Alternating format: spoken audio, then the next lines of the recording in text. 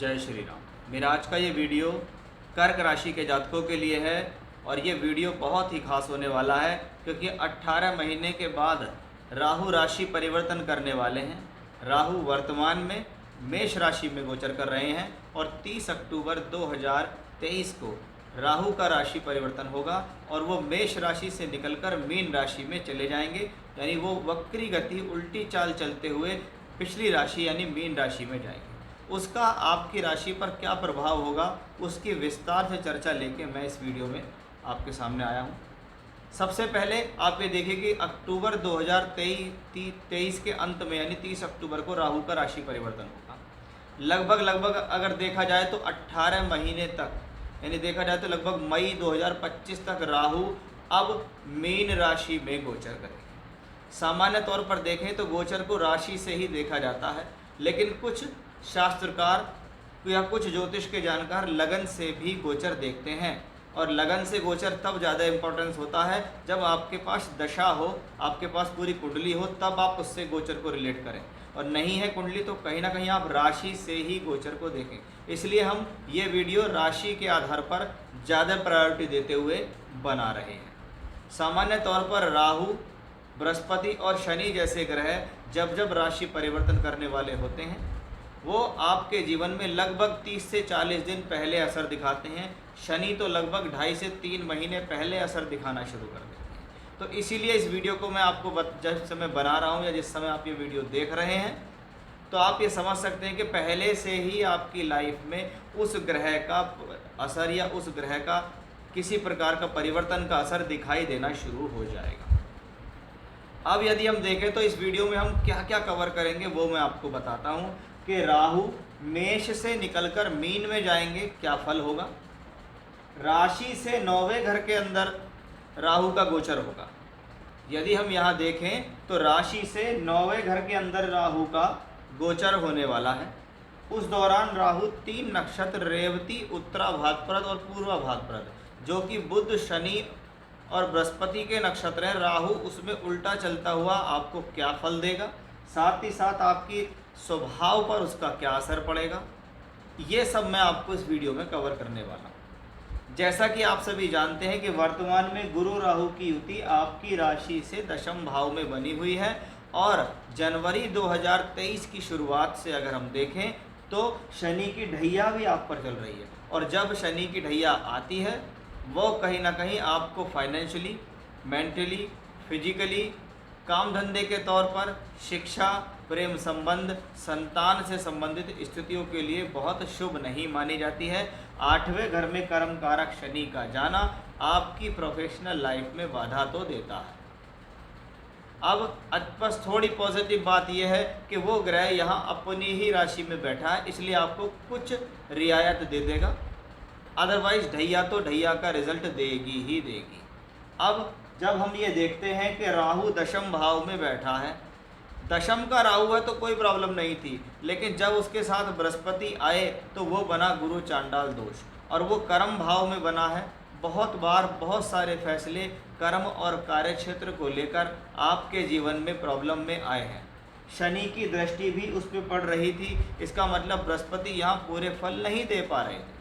गुरु राहु का गुरु चांडाल बना, बहुत बार बिजनेस को लेकर, नौकरी को लेकर, रोज़मर्रा के जीवन को लेकर गलत फैसले हुए, उन गलत फैसलों का खामियाजा भुगतना पड़ा।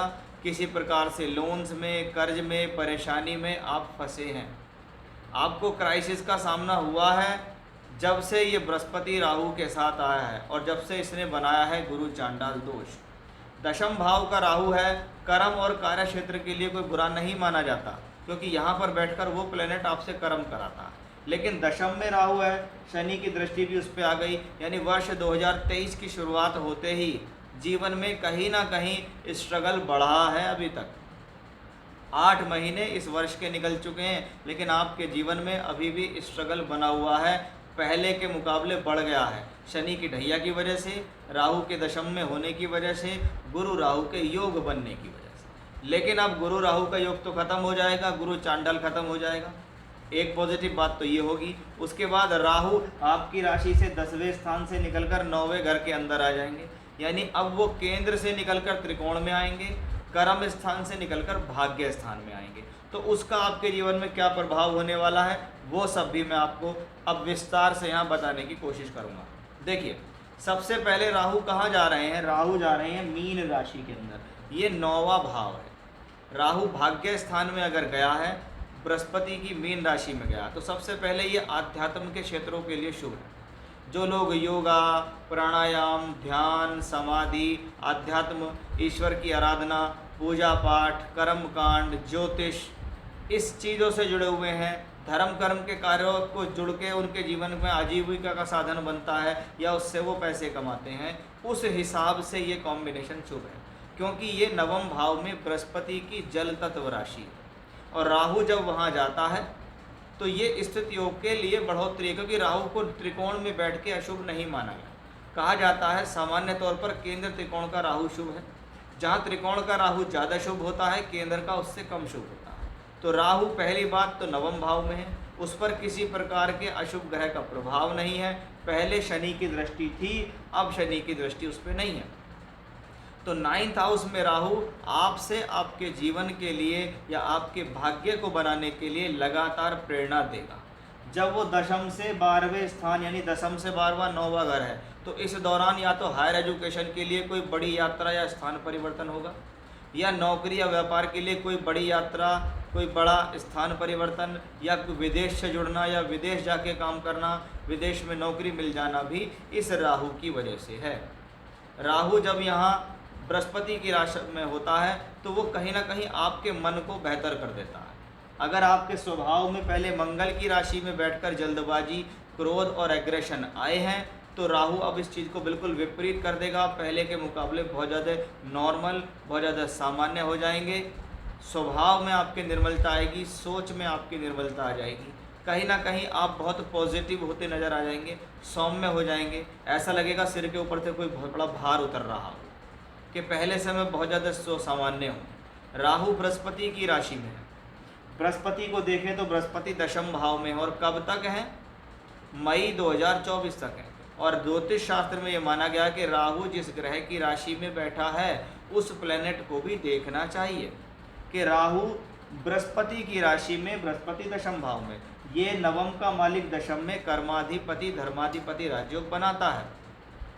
यानी गुरु राहु का योग भी खत्म हुआ, राहु ने गुरु के फल भी देने शुरू हुआ और बृहस्पति आया 10th हाउस में।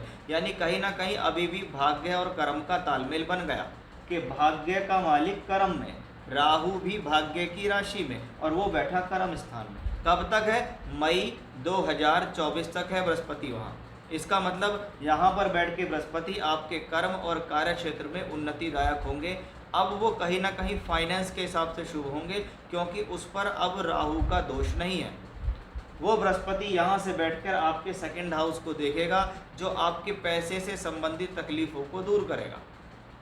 वो बृहस्पति आपके 2nd हाउस को देखेगा, आपके जीवन में सोर्स ऑफ इनकम बढ़ाएगा, कर्म कार्य क्षेत्र के लिए शुभ हो जाएगा। अब राहु तो यहाँ 18 महीने रहेंगे। मई के बाद बृहस्पति कहाँ जाएगा? वो 11th हाउस में चला जाएगा। यानी वहाँ जाकर भी वो प्लेनेट गेन के लिए ही है। यानी राहु का 9वें में जाना, बृहस्पति का दशम एकादश में जाना एक शुभ स्थिति को पैदा करता दिखाई दे रहा है।